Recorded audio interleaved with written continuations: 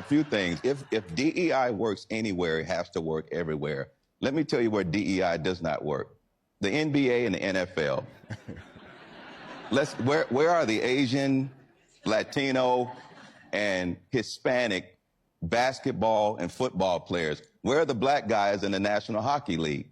Those businesses are performance-based.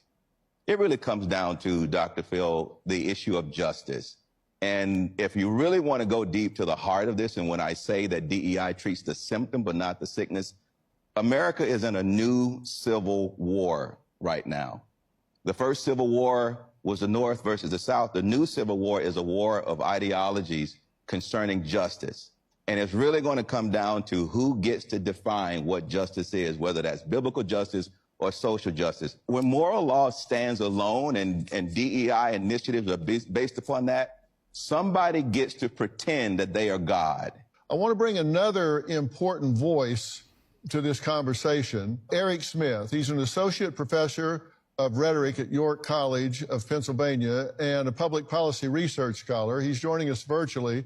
Eric says DEI should be called EMC, Equality, Merit, and Colorblindness. Eric, thank you so much for joining us. Thank you for having me. I just need to say that the EMC that you mentioned was actually created by Christopher Rufo.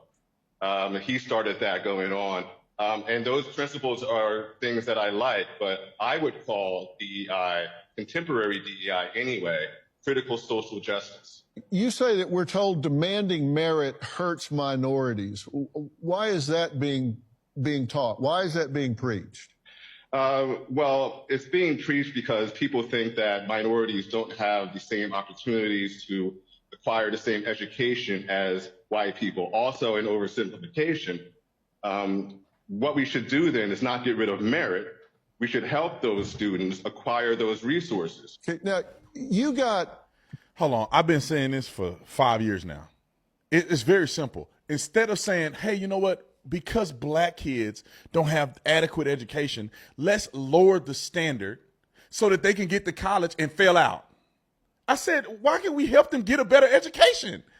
Let's help them be competitive in the marketplace. Let's help them get the education and knowledge and safety and skills that they need to compete on a merit-based system.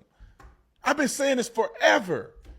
Anyway. Criticized for saying that you thought black students should be taught standard English. Talk about that. Well, that took place on a listserv in my field of rhetoric and composition, which is better described as woke studies at this point.